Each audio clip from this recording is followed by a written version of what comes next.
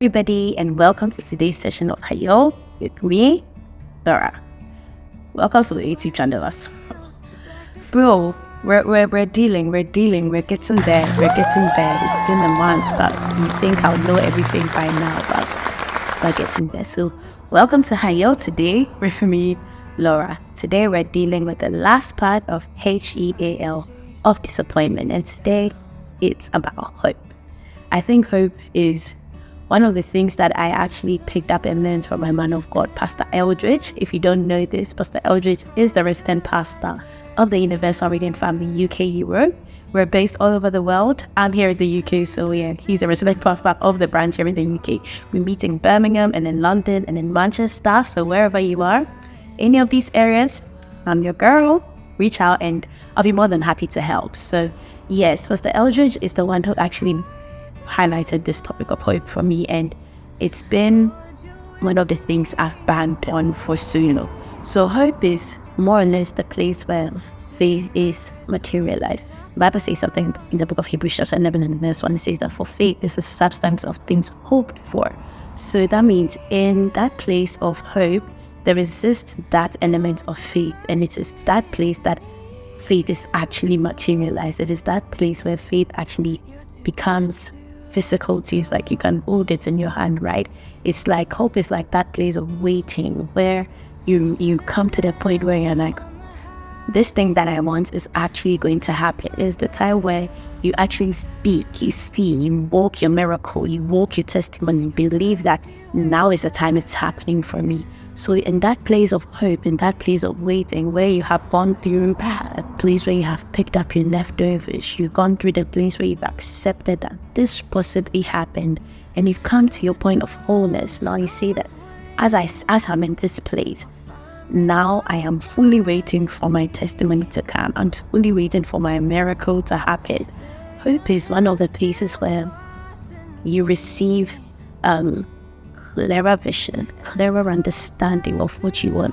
You know, sometimes you believe God for a testimony and you have a way which it should happen. You envision a way which it should happen.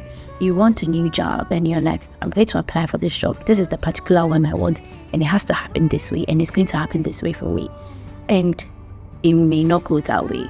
And the thing about something similar happened to me in that situation. I remember I lost my job last year in January, and it was such a sudden thing that I didn't see it coming with it.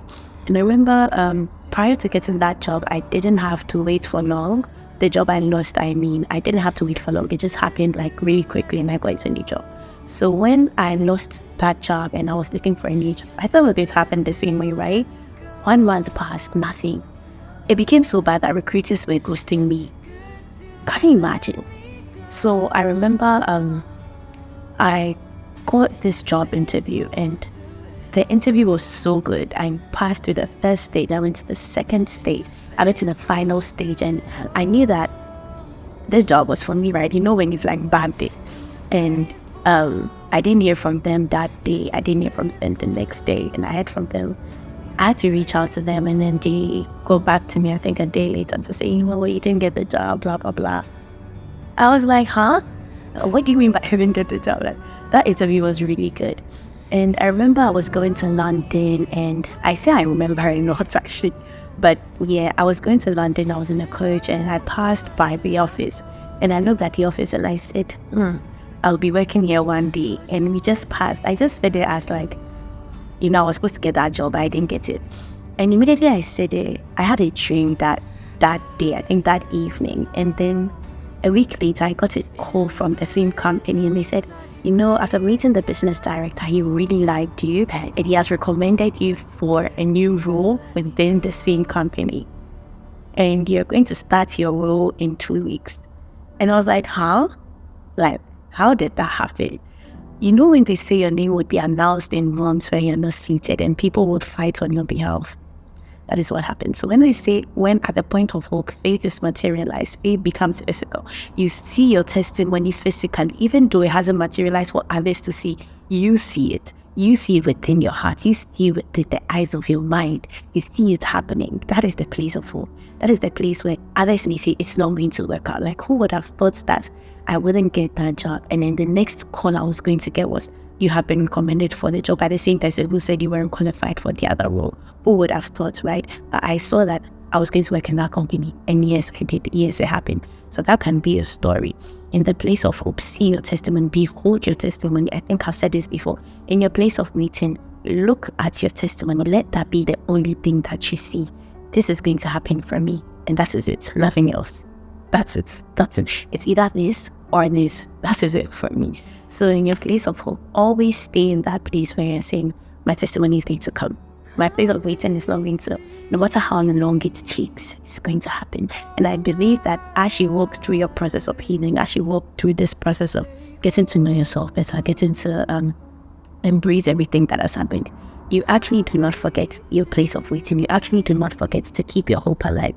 And you actually do not forget that God is still doing it for you. Also, healing is not time conscious. It may take a short time, it may take a longer time. Don't put a time stamp on it. Allow yourself to go through the process. Allow yourself to accept that this happened, I didn't like it this way, and blah, blah, blah, blah. Allow yourself to go through the feelings, but don't stay there for long.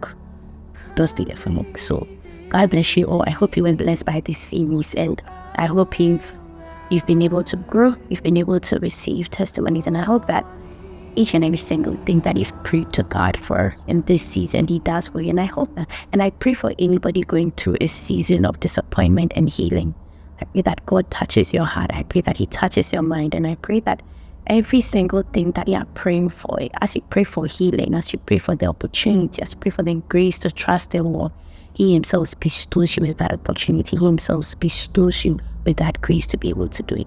All grace to you, and we're waiting for you from this side. So God bless you all, and have a wonderful week. Bye.